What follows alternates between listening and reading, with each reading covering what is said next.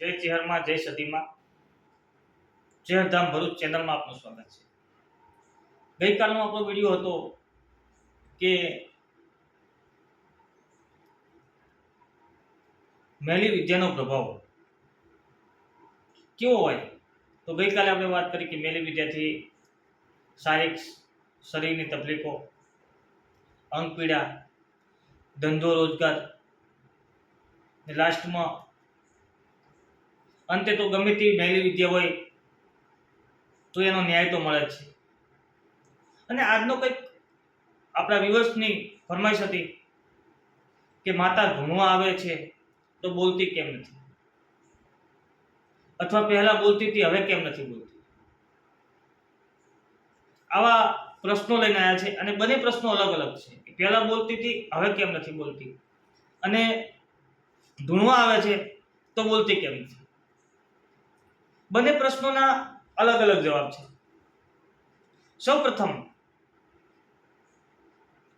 તો ઘણા બધાને એવા પ્રશ્નો હોય છે કે સિદ્ધિ, સાધના અને ભક્તિ। સાધના, સિદ્ધિ અને ભક્તિ આ ત્રણેય વસ્તુ અલગ અલગ।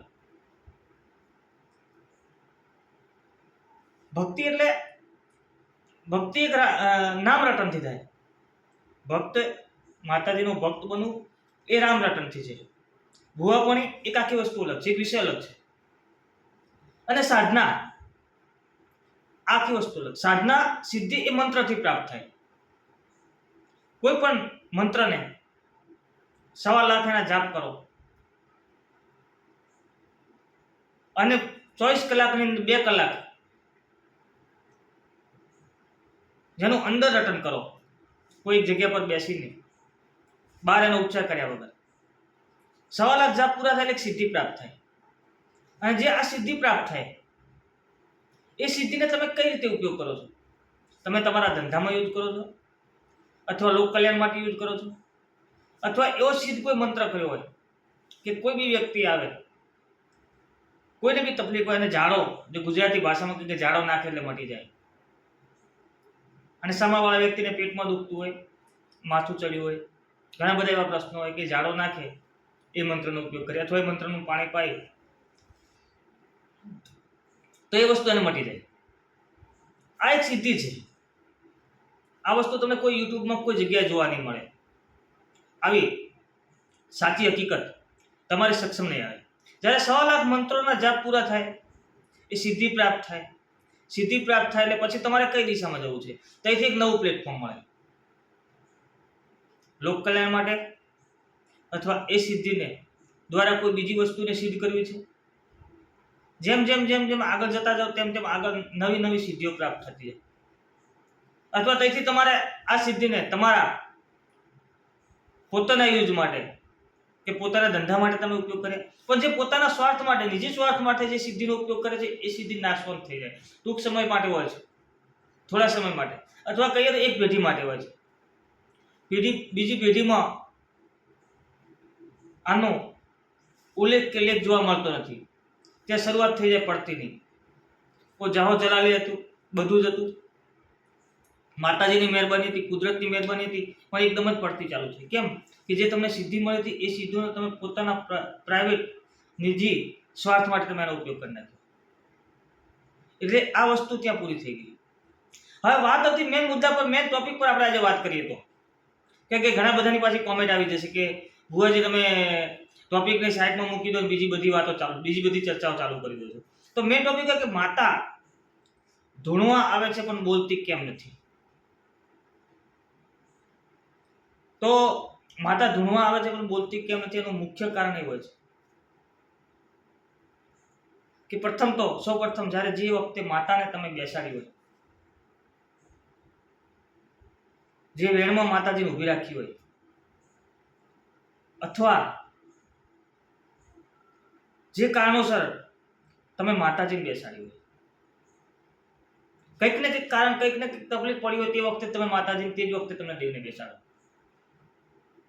પણ જ્યાં સુધી તમારું કુટુંબ સાચા દિલથી, સાચા ભાવથી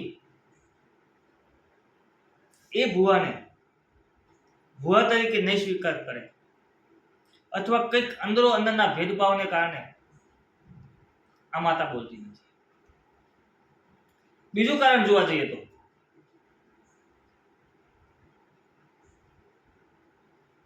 તમારી પેઢીની પુનાઈ મજબૂત નહીં હોય તો દેવ નહીં બોલે. અને મેન કારણ, જે ભુવાજી ધૂણવા બેસે છે એને પોતાની ઉપર અને પોતાની માતા પર કોન્ફિડન્સ નહીં હોય કે માતા મને કોનમાં એમ કે તો જ હું કહું, એવું કંઈ હોતું નથી. માતાજીનો એક અણસાર હોય છે. કલમ પકડો એટલે તમને એવો વિશ્વાસ હોય કે મારી માતા એકવી બનાવી દે એટલે બની જ જાય. સાચી હોય વાત, સત્ય હોય એટલે 41 જે માંગો એટલે કલમ બની જાય. 52નું વેણ માંગો 52નું વેણ બની જાય. પણ તમને વિશ્વાસ હોવો જોઈએ તમારી માતા પર. પહેલો વિશ્વાસ, મેન મુદ્દો વિશ્વાસનો, ભરોસાનો, પેઢીની પુનાઈ અને કુટુંબનો રાગ. આ 3 મુખ્ય કારણ ભાગ ભજવે છે ભુવાપણીમાં. જો આ કમ્પ્લીટ હોય તો તમારી માતા 100% બોલે. દેવ કોઈ દિવસ બોબડું હોતું નથી. એને બેસાડો એટલે જવાબ મળે. પણ ઘણીવાર તમને જ તમારી માતા પર ભરોસો નથી હોતો, તમને જ તમારી માતા પર વિશ્વાસ નથી હોતો, જેના કારણે એ માતા બોલતી નથી હોતી. પણ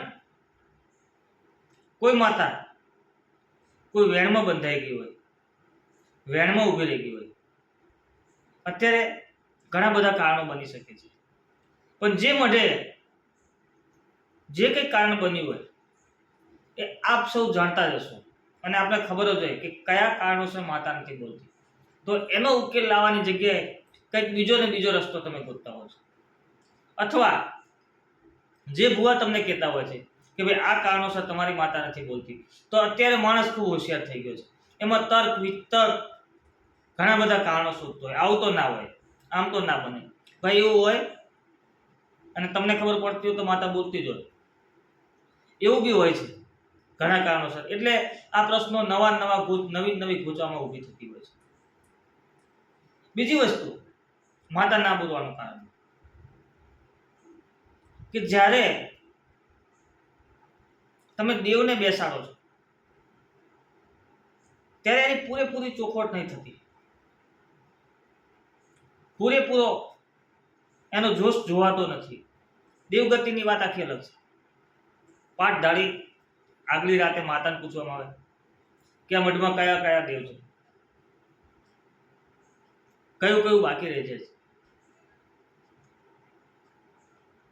એક વાત કરું તો તમારી માતાને તમે બેસાડીએ, તળિયાની માતા, એ ભૂમિ તમને મળેલી છે, એ ભૂમિ માતાની હોય છે. પણ તમે તો બહારથી આવ્યા છો, તમારી માતા બહારથી આવી, એટલે તળિયાના દેવનો જે લગી વ્યવહાર ના થાય ત્યાં લગી તમારી માતા નથી બોલવા દેતી. આ સત્ય અને સનાતન છે. પણ ઘણા લોકો એવું નથી કહેતા. ઘણા લોકો એવું કહે છે કે તળિયાની માતા જો આપણે પૂજીએ તો પછી આપણે કેટલું બધું પૂજવું પડે. સાહેબ, ઘરે મહેમાન આવે તો 1 ગ્લાસ બી પીવડાવો, 2 ગ્લાસ બી પીવડાવો, પાણી તો પીવડાવવું જ પડે. કોણ નજીકનું કોણ પારખું, ઘણી બધી આમાં બી કોમેન્ટો આવશે. પણ મારું માનવું છે, પ્રશ્ન કોઈને કરવું ના કરવું, હું કોઈને સલાહ નથી આપતો કે તમે તળિયાના દેવને પૂજો. પણ ના, આ બધા જ તળિયાના જ દેવ છે, ભૂમિના જ દેવ છે. જેમ જેમ પૂજ્યા તેમ તેમ પોતાના થતા ગયા. કોઈ દેવ પૂર્વજો સાથે લઈને આવ્યા જ નથી. કોઈની પર ઘરે બેઠા છે કે બાપ દાદાના વખતના છે જ નહીં. કદાચ એમની કુળદેવી હોઈ શકે. બાકીના જે કંઈ દેવ મળ્યા છે તે મળ્યા જ છે. ભાઈબંધી મળ્યા છે, ભુવાપણી મળ્યા છે, અથવા કોઈ કજિયા મળ્યા છે, અથવા પ્રેમથી મળ્યા છે, અથવા તળિયાથી મળ્યા છે. કોઈને કોઈક રીતે દેવ મળેલા છે. અને આજે આપણે પૂજીએ છીએ અને મોજ કરાવે છે અને મોજ કરી રહ્યા છે લોકો. પણ ઘણા બધા એવી સલાહ આપે છે કે તળિયાના દેવ પૂજો એટલે વખો આવે. એવું ના હોય, વખો આવે, એ મોજ જ કરાવે. ગોગા મહારાજ છે, ભૂમિના હોય, બહારથી આવેલા હોય, અને કદાચ જે પૂછ પાડે છે ભુવાની પુનાઈ મજબૂત હોય, એ માતાની પુનાઈ મજબૂત હોય, ઘરધણીની પુનાઈ મજબૂત હોય, તો તળિયાનો ગોગો અને આવનાર ગોગો બંને એક દિવેથી દીવો લઈ શકે છે. એટલે ઘણી બધી બાબતો આમાં મુખ્ય ભૂમિકા ભજવતા હોય છે. તો આજનો વિડીયો આપણો આટલો જ કે કેમ માતા બોલતી નથી એ વિષય પર. તો તો મુખ્ય કારણ કીધું તમને, જે કદાચ તમને ખ્યાલ આવી ગયો છે. અને કદાચ ખ્યાલ ના આવ્યો તો એક નવો વિડીયો હજી આની પર ઊંડાણપૂર્વક કે કયા બીજા કારણો એવા હોઈ શકે જેના લીધે માતા ધૂણવા તો આવે છે પણ બોલતી નથી, અને બોલતી કરવી હોય તો શું કરવું જોઈએ, આ વિષય પર એક નવો વિડીયો અને નવો વિષય લઈને આવીશું. જય ચિહરમાં, જય ગોગા મહારાજ, જય સધીમાં, જય ચિહરમાં.